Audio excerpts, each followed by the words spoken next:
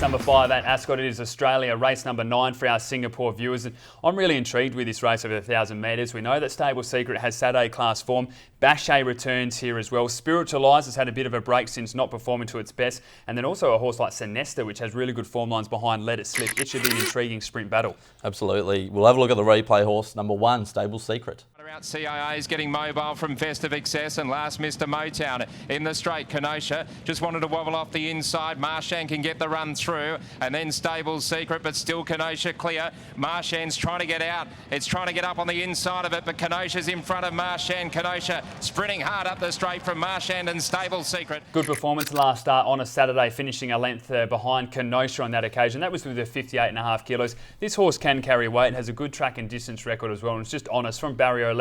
Ryan Hill will take his time to work across and find the lead, but when it does, this horse doesn't like to give it up too much. I've got question marks whether it can win the race, but it'll certainly give you a good showing out in front. Yeah, 60 kilos wide gates, a little bit tricky, but we'll have a look at the number 2 as well, Mighty Blonde, who was okay, better than it looks on paper last start at Bunbury. Yeah, I'm with you. I think the performances have been really good. Obviously, a winner 2 starts ago here at Ascot over the 1,000 metres, and beating a horse like, on that occasion, Ruby Can Run. The form lines are good. The other 2 runs recently has been beaten by Roger the Roman. Those form lines holding up too, and then even going back 5 runs, Furious Dame by a length and a half. So I really like this horse. Barrier 1 with the 55.5 kilos, thanks to the claim to Clint Johnson Porter, just sits behind him, uses a cutaway. I think Mighty Blonde can run a big race. Absolutely. We've also got number 3 here, Bache from the Simon Miller Yard.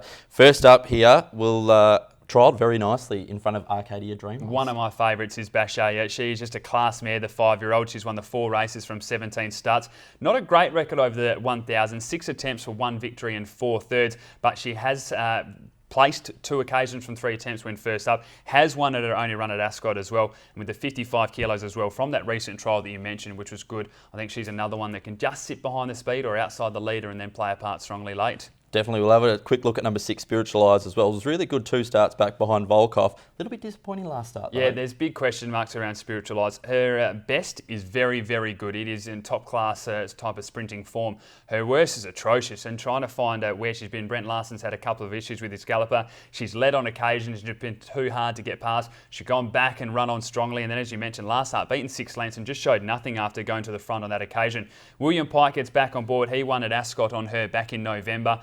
From barrier 10, a bit of a let-off. I expect them to go forward hard and be very hard to get past. And that is the way that I'm going to tip here. Number 6, Spiritualize on top. I'm willing to forgive that last performance. From number 3, Bache, 2 Mighty Blonde and 1 Stable Secret. I'm not as forgiving as you, Adam. I'll go the 3 on top. Bache from 2 Mighty Blonde, 5 Open Era, and number 7, Red Rain. Race number 6, it is Perth. Race number 10 for our Singapore viewers. It's the Little Creatures Handicap over the 1,400 metres. And this is the race of the day. Absolutely. We've got that superstar fermentation in there. But we'll have a look at the replay of last start winner, Barzinho. And all settled down on the inside. Cuvée Louise, fermentation called upon. Just caught flat-footed though. Barzinho running on Rotana Beach, tackled by All Settled.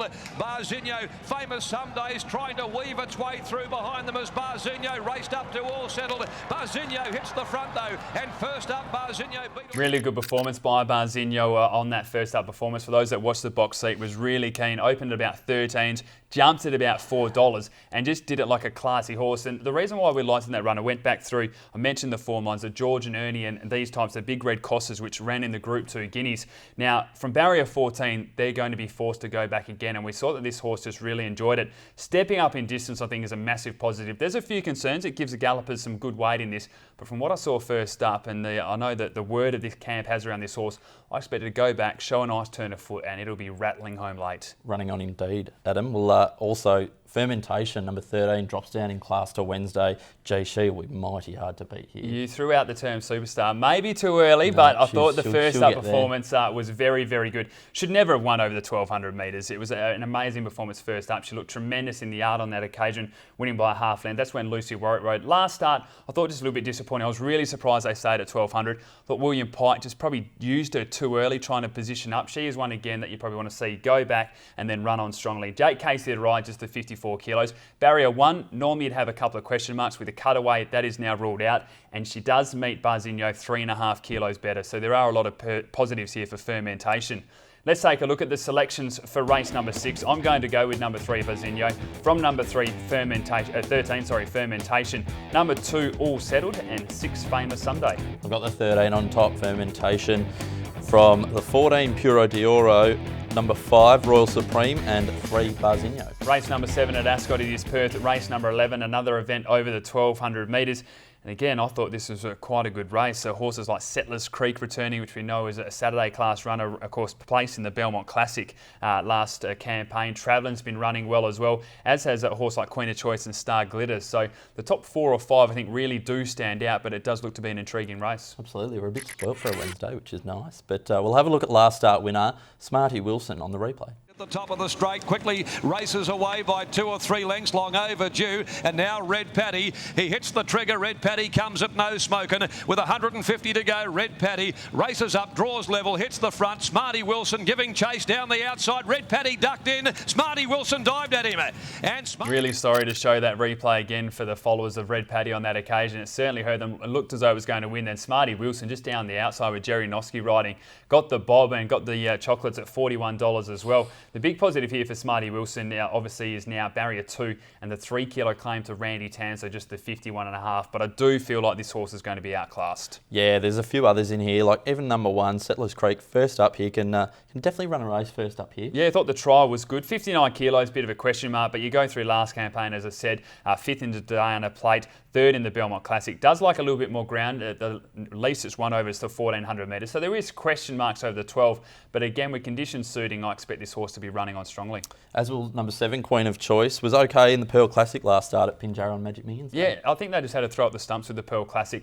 I don't think, maybe later on she'll get the 1400 metres, but I think at the moment her ideal is at 11 and 1200 metres. She bumped a Dendy on that occasion, and there was a protest as well in that ended up seeing her get pushed back a spot. But barrier 6, the 56.5 kilos, back to the 1200 metres. She has the class to either go forward and certainly dictate this race, or just take a sit, which is what I think they'll do, and then show that turn of foot late. She's the one to beat. There's also number 8, Star Glitter, who has the blinkers and running a string of really good races, including 2 seconds at the last 2 runs. Loves running a string of good races, but doesn't know how to win. Hasn't won now for 837 days. Continues to place. You have a look at its career stats. 25 starts for 10 placings and 2 wins. This horse just knows how to run a good race but not win, and that's a concern for mine. Drawn nicely, the 56.5 kilos. Always has excuses, is there and abouts, but for mine, may just be too much of a bridesmaid, and that's why I'm going to tip for number 7, Queen of Choice here, from number 3, Travelling, number 8, Star Glitter, and 1, Settlers Creek. Look, no Aaron Mitchell on Star Glitter, but I think he's going to break the drought on Wednesday. I've got the 8 on top of the 3, Travelling, on top of the 1, Settlers Creek, and 5, Skellig. Race number 8, it is Perth. Race number 12 for our Singapore viewers, and we stretch out to the 1800 metres for the final race of the day.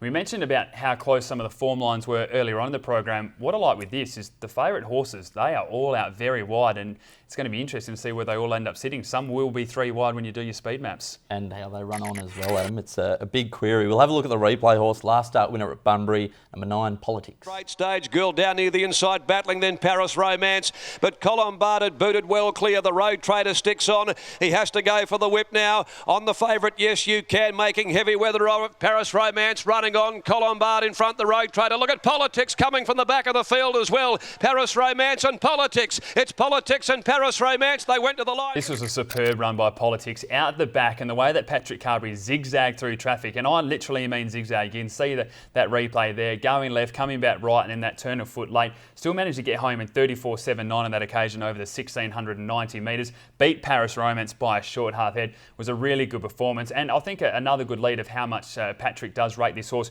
jumping off Proxy, which I really like in this race as well. So Politics from 13 will be forced to go back, but drops from the 57 to the 55, and if it gets a clear run and doesn't have to zigzag through, I mean, its turn of foot looked very impressive. We'll probably save a few lengths as well, Adam. You're dead right.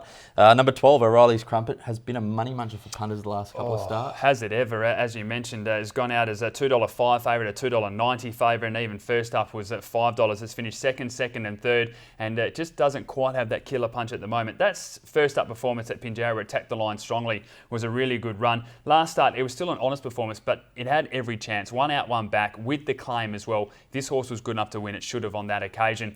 William Pye goes back on board, the 54.5 kilos. Conditions should suit horses running on. So there's a couple of boxes ticked, but for mine, just not winning last start just made me question how good this horse is. We've also got the 13, who has just loved its time over in WA so far. It's getting there. I think it's heading towards a win, and I think this could be the start for it. Yeah, Proxy. I'm with you completely. Even though Patrick Carbridge jumped off, I really like Proxy for this race. He's on politics.